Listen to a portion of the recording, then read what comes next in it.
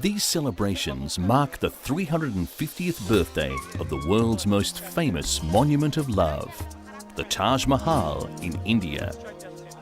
Built by Emperor Shah Jahan as a testament to his eternal love for his wife Mumtaz Mahal, who died in childbirth, the Taj Mahal is one of the 7 wonders of the world and India's most visited monument. While school children released heart-shaped balloons, outside the monument on the banks of the Yamuna river, a pair of actors dressed as Shah Jahan and Mumtaz held hands, recreating the 17th century romance between the emperor and the nobleman's daughter.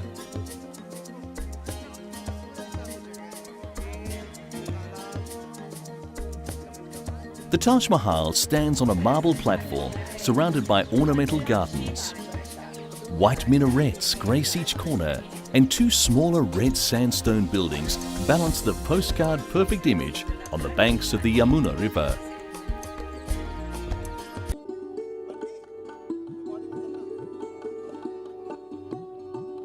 Historians say Shah Jahan consulted experts from the Middle East and Europe as he planned the mausoleum, which took 20,000 people over 22 years to build.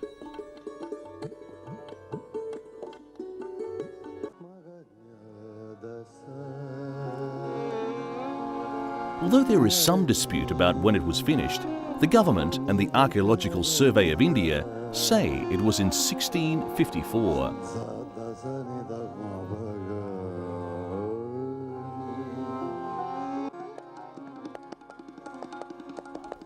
So devastated was Shah Jahan by her death, legend says his hair turned grey overnight.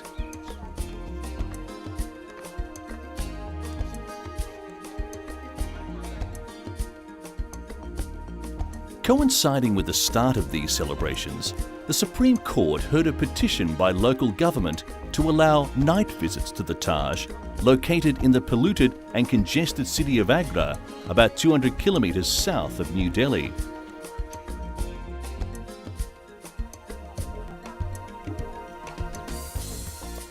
This ban was imposed in 1984 following reports that the monument was a target of militant groups, and was reinforced in 2000 over concern about preserving the site.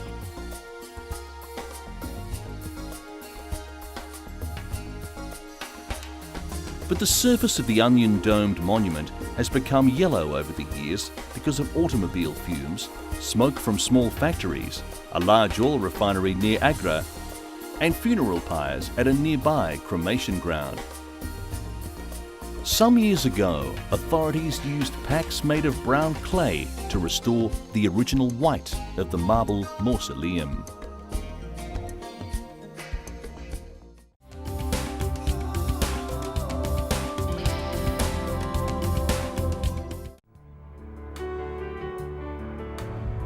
A lonely pensioner who turned to Italy's classified pages to find someone willing to adopt him as a grandfather has found a new home and family in northern Italy.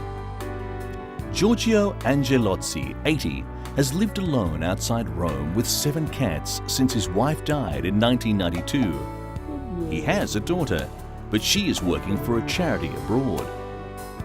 Recently, he took the unprecedented step of putting himself up for adoption via the Corriere della Sera newspaper.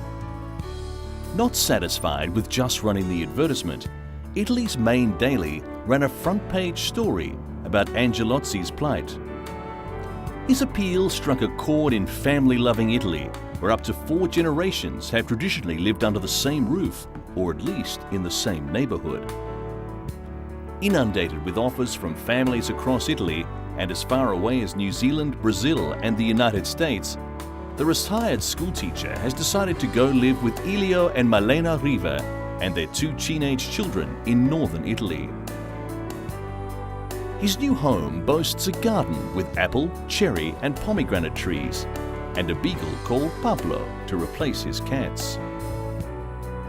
The former classics teacher told potential families he would contribute €500 a month to expenses, but the Rivas say what they really want is a grandfather. Polish-born Malena Riva and her Italian husband Elio have happily taken Giorgio in. Mrs. Riva's family still live in Poland, and Mr. Riva lost both his parents and a brother in quick succession. Despite having two children aged 18 and 16 years old, they both feel in need of a granddad close at hand.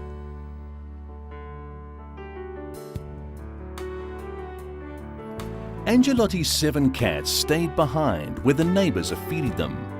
The Riva family has agreed to take the cats as well, so as soon as Angelotti decides that his new life suits him, the cats will be able to join him. Today, 1 in 5 Italians is over the age of 65, and almost half of them live alone, partly because of the more mobile lifestyle of younger generations. Italy also has one of the lowest birth rates in Europe.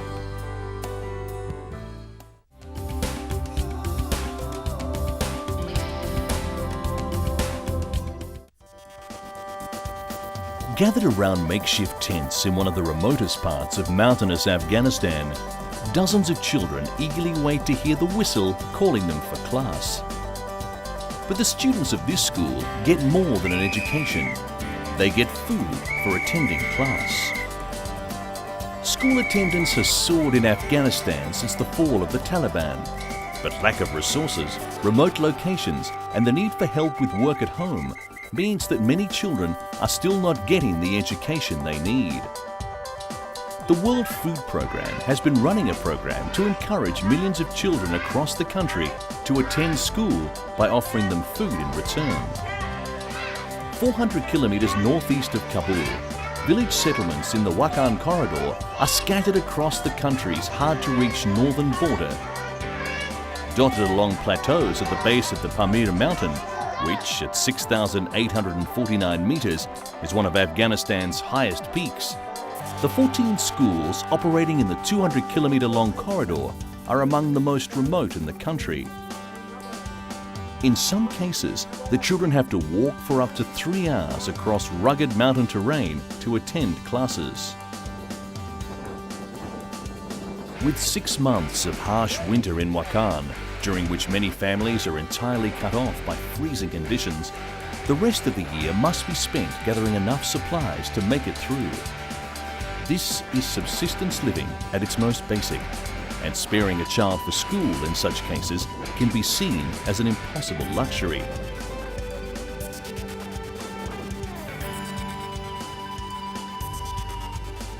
But children who register for school and attend regularly now receive monthly support of wheat, a precious commodity that has proved hard to refuse. The program also serves to encourage girls to attend school in areas where a stigma may have otherwise kept them at home. The WFP has added an extra incentive by offering 2 litres of cooking oil a month to any girl registered for their program. For Qusay Muhammad, who travels by donkey with his family every 2 months to pick up the 4 litres of cooking oil and sacks of wheat his daughter has earned by going to school, the extra supplies make all the difference. With winter approaching, there is a slim chance that he will finish harvesting his crops in time, but he says that these extra supplies will see him through.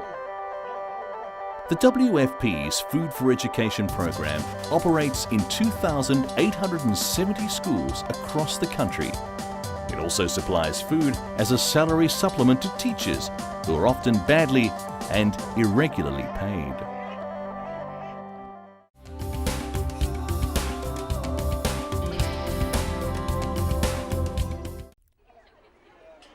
Traditional Japanese drums are usually a group effort. The larger instruments, which can measure nearly 2 meters in diameter, are played at least by 2 people.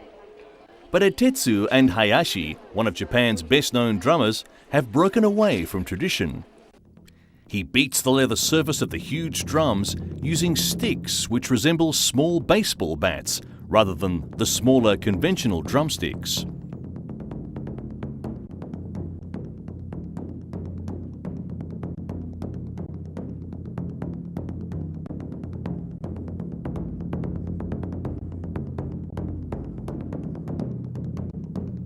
He doesn't play at local festivals, but on stages in theatres and opera houses amidst a flood of spotlights.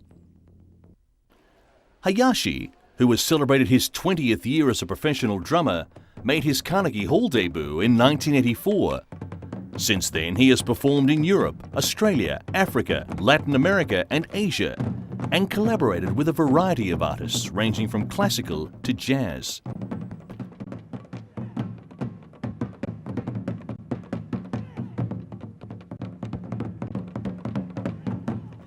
He says that although his music has been inspired by encounters with other artists, it carries with it the aura of Japan.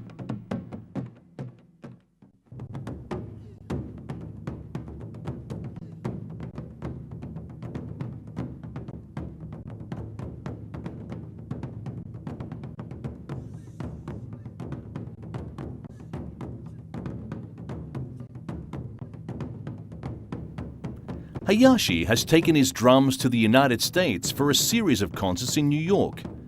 But between rehearsals and sessions in the recording studio, he spends time teaching the basics of drums and his brand of stage theatricals to people who are interested, with hopes that appreciation of this form of Japanese culture will grow.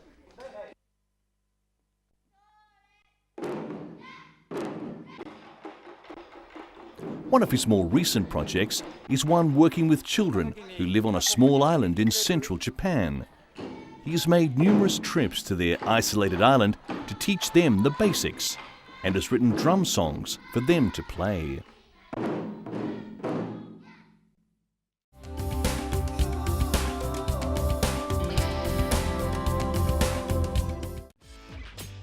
Some 80 years after the founding of Germany's Bauhaus, the famous design school is plotting a 21st century revival in a sprawling Rio de Janeiro shantytown known as Little Alligator. Building on its tradition of affordable goods for the masses, a new generation of Bauhaus disciples and innovative Rio officials are completing an urban development plan for the Jacarezinho shantytown. The project calls for the knocking down of a handful of cramped cement houses in a two-block strip to bring light to the dank homes and open up courtyards for stores, theatres and a dance school. The Bauhaus School was a design school created in Germany in 1919. Their objective was to break with past architectural traditions and create new living spaces that reflected the industrial and modernization trends of the times.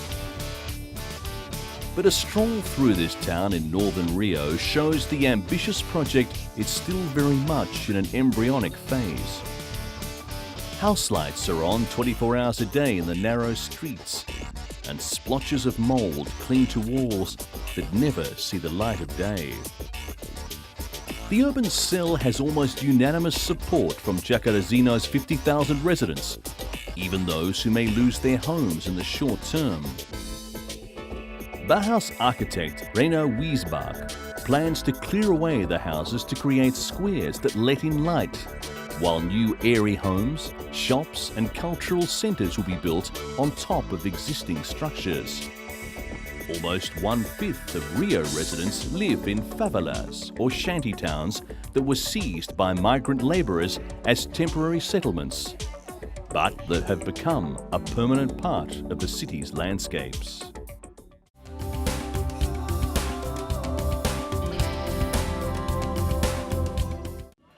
Hundreds gather in Pernik for the annual Mask Festival, a traditional ritual to drive away evil forces and ensure a good harvest and prosperity for local people. This festival has been organised in Pernik, 30 kilometres from Sofia, every year since 1965. But its origins date back centuries to pagan times, when hundreds of groups of masked men would visit homes of villagers throughout the country to perform ritual dances for the occupants' health, fertility and well-being.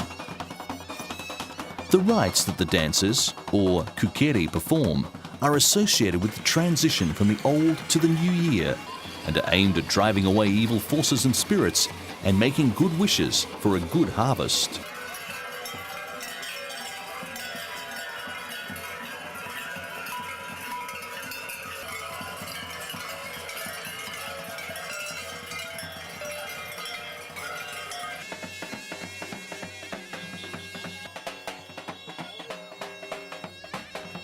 The kukiri clothing is specially prepared for the feast and is different each year. The kukiri hoods and masks are magnificent, ornate and variegated works of applied art. Their performances combine theatre, lyrics, music, dance and art. The masks are judged by festival juries and a prize awarded to the creation deemed most original and decorative. However, although most regions rely on the furs and feathers of domestic animals and birds, the Durrell Wild Fauna Protection and Support Centre noted that villages from the Pernik, Radomir and Bresnik regions were increasingly using rare and protected bird and animal species to decorate their masks. The centre has launched an awareness campaign with funding from the Dutch Embassy in Sofia to stop the use of endangered species and promote the use of domestic furs and feathers, including a competition for masks which do not use endangered species. Festival organisers have been encouraged to favour the conservationists. The success of the project is yet to be determined.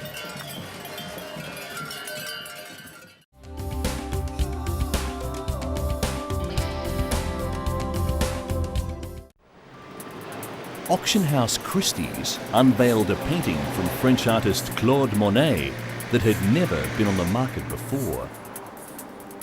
Monet's masterpiece, London Parliament, Effect of the Sun and the Fog, was first exhibited in Monet's 1904 exhibition in Paris and bought by a private collector. It had remained in the same family's possession since 1904, and it is therefore the first time in over 100 years that it was available on the market. Impressionist master Monet came to London 3 times to paint the House of Parliament, the Thames River and the city's most famous bridges. Between 1899 and 1904, he worked on a series of 19 oils of the Houses of Parliament. According to Christie's, of the 19 paintings, the one that was on sale was the most important, not least because it shows more of the buildings than almost all the others. The other paintings in the series are all in the world's major museums, and therefore will almost never appear on the market.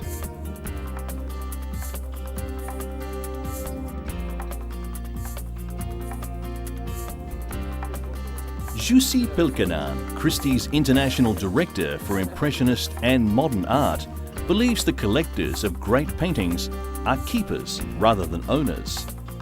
He said Monet was fascinated by the extraordinary light effects offered by London during the winter months. Whether the public will be able to enjoy the viewing of this painting remained to be seen. If the painting was brought by a private collector, it may disappear from the public's eye for another 100 years.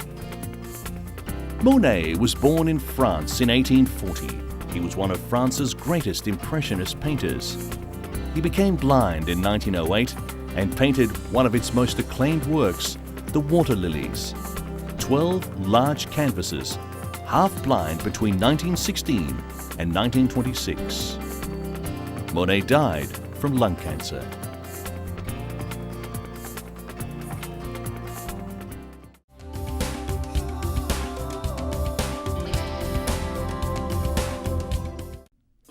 It's called the Rocket War of Vrondados. Once a year during Easter, the parishioners of 2 Orthodox churches in the town of Vrondados on the eastern Greek island of Chios become for a short time opponents in a war like no other.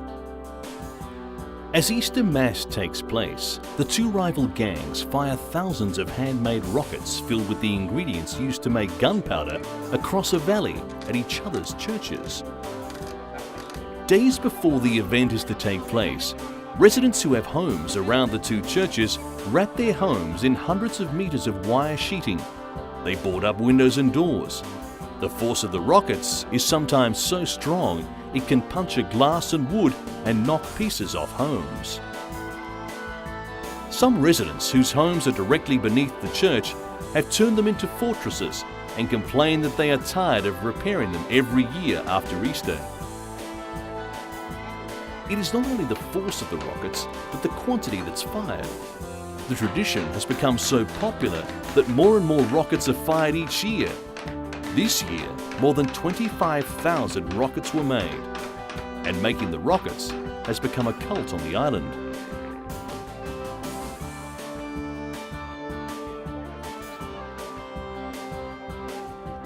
The objective is to hit the bell tower of the opponent's church, but what ensues is a huge spectacle of streaking lights whizzing towards each other across the sky and filling the town with billowing smoke. Air raid sirens wail across the town to inform the inhabitants of the approaching rockets, as if in the wake of a World War II bombing, and thousands of people gather to watch as the rockets strike the churches of St. Mark and Pagnagia Erethiani.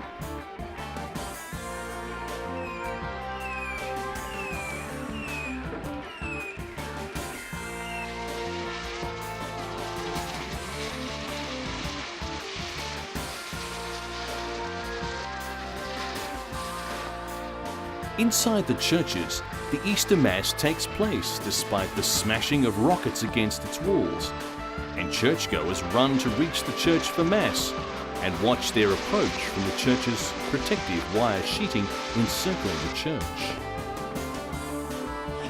The sound of the church bells is drowned out by the popping and whizzing sounds of the rockets. The Rocket War is a tradition that dates back to the early 19th century at the time of the Ottoman occupation.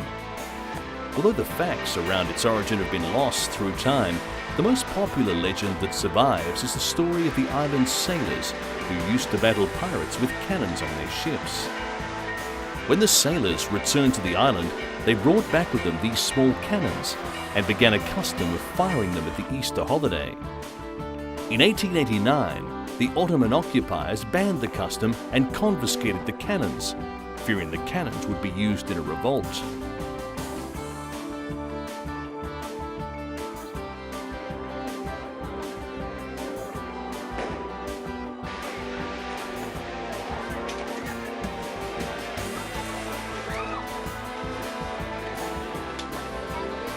The locals replaced the cannons with handmade rockets, and the parishioners of the two churches, who were always in competition with each other, added the competition that continues today.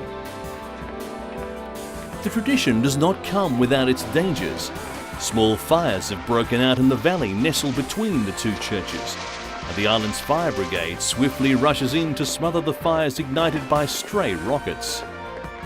It has also caused injuries, even deaths in the past, to those participating, and each year, safety measures are heightened by the local authorities.